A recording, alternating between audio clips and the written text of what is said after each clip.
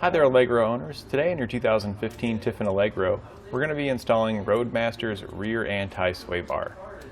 And this is what your sway bar is going to look like when it's installed. It's an auxiliary sway bar that's going to be installed in conjunction with your factory rear sway bar. Your factory rear sway bar is here right in front of your rear axle, and our new sway bar is installed right behind the rear axle. The newer sway bar is even bigger, beefier, and more robust than your factory sway bar, so when working in conjunction with it, it's really going to help minimize sway. What this means for you is you will have a more enjoyable driving experience because the motorhome's not going to be swaying back and forth as much whenever you have a crosswind or a large semi passes by you, or if you hit any uneven pavement. That rocking motion is going to be minimized as the torsion of the large arm that we just placed on here is going to help bring it back to center. This is going to make it more comfortable for you and all of your passengers because you're not going to be getting thrown around as much on the inside, and it's going to make things much easier on you as a driver to maintain straight control of the vehicle. So you and your family will not only feel safer and more comfortable, but you're also going to have more energy when you arrive at your destination because you weren't fighting the steering wheel so much, trying to keep it in a straight line. It's a solid steel construction with a black powder coat finish. So once you get down and install this on your motorhome, you can be ensured that it's going to live the entire life of your motorhome. It's going to be doing its thing back here, minimizing sway with the heavy torsion bar here. And there's no adjustments or greasing necessary. So once it's installed, you can forget about it and you'll just enjoy the benefits from here on out. This sway bar is custom fit to work with your Tiffin Allegro. There's no drilling required. It simply bolts right onto your frame and to your axle. And you may also want to consider picking up Roadmaster's front anti-sway bar for the maximum amount of sway reduction. To further improve the ride and drivability of your motorhome, you can also put on sumo springs for the front and rear, as well as a steering stabilizer. This is going to help bring your motorhome into a more controllable, easier to drive beast.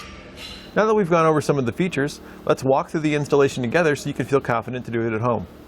You'll begin your installation by raising up your vehicle slightly. You can use your leveling jacks to do this, and this will give us the clearance we need to access the bolts for installing our side brackets.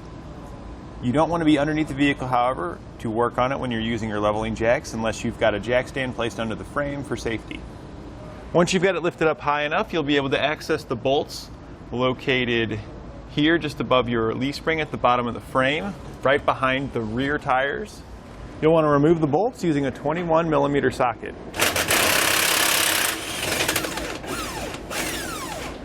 There's a nut located on the back side. It's sitting on the frame. You'll want to make sure you retrieve that as well. You'll want to remove the other lower bolt on this side and both lower bolts on the other side of the RV. We can then take the brackets that come in our kit for the side of the frame. We're going to take it and place it underneath the frame with the L butting up against the outside of the frame like that. You'll want to line up the holes in your bracket with the holes that already exist in your frame from where we had removed the previous hardware. We're going to reinstall the hardware we just removed, making sure we go through our bracket. The nuts on the opposite side have a tab on them, so that way you don't have to hold it with a wrench or anything. So just slide your nut back on, thread your bolt into it, and then you're going to repeat that for the other hole, and then you'll install the bracket the exact same way on the opposite side. Then we can tighten that hardware back down.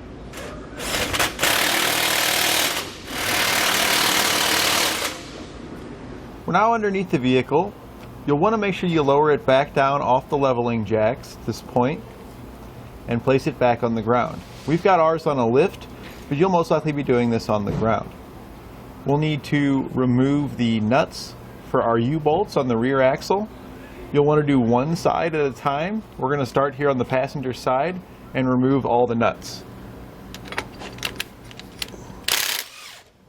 I like to leave one nut just barely on there to keep the plate from falling all the way off.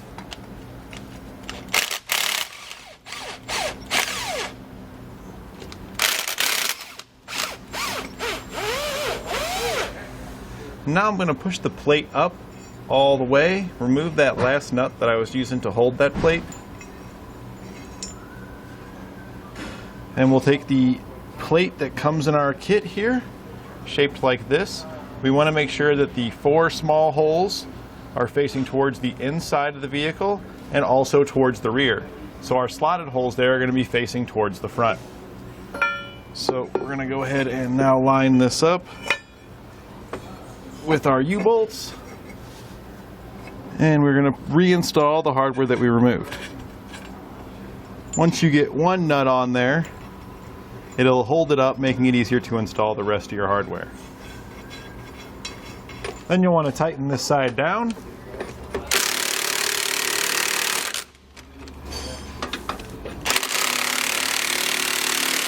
You want to go back and forth to make sure you tighten it down evenly. We'll now repeat this same process on the other side. We'll now torque them down to the specifications found in your instructions. It is an extremely high amount of torque, so you are going to need a very large torque bar to be able to torque it down. We'll now prepare our sway bar for installation. Take the bushings that come in your kit. We're going to smear some of the lubricant that comes in our kit on the inside of the bushing. We want to fully coat the inside. And then with whatever little bit of excess I have left on my finger, I like to just smear that on the outside. It's not necessary, but it can help minimize and reduce any squeaks and noises. Then take your bushing, spread it open, and slide it onto the end of your sway bar. We're going to do the same thing with the other bushing and place it on the other end of our sway bar. We'll now prepare our hardware to put the sway bar in place. You'll want to take the shorter bolts that come in your kit, place a flat washer on each one. Now we can lift our sway bar into position. You'll want to make sure you've got your bushings twisted up, and they're going to line up with the bottom of your brackets. Then take your bolts. We're going to go up through the bottom, place a flat washer on top,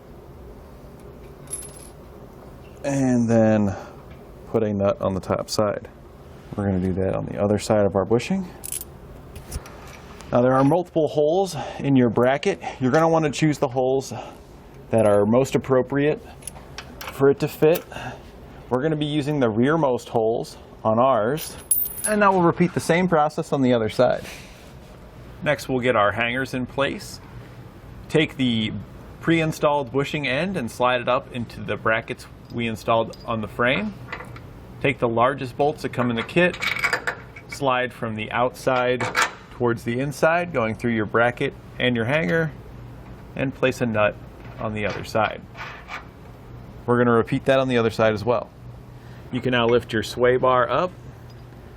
Using the same hardware, we're going to slide through the bottom of our hanger and the sway bar, place a nut on the other side. These are also going to go from the outside in. We can now go back and tighten and then torque all of our remaining hardware. We're going to use a 16mm socket and wrench for our bushing bolts.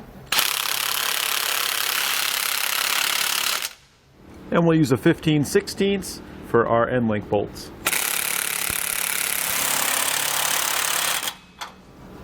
And all the remaining hardware will torque to the specifications found in our instructions. I want to keep in mind you won't find torque specs for your hanger bolts, as those are not to be torqued. You just want to run those down until the metal touches the bushing.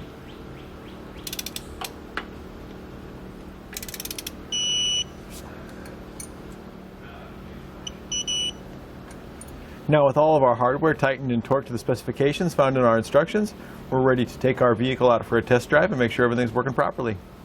And that completes our installation of Roadmaster's rear anti-sway bar on your 2015 Tiffin Allegro Motorhome.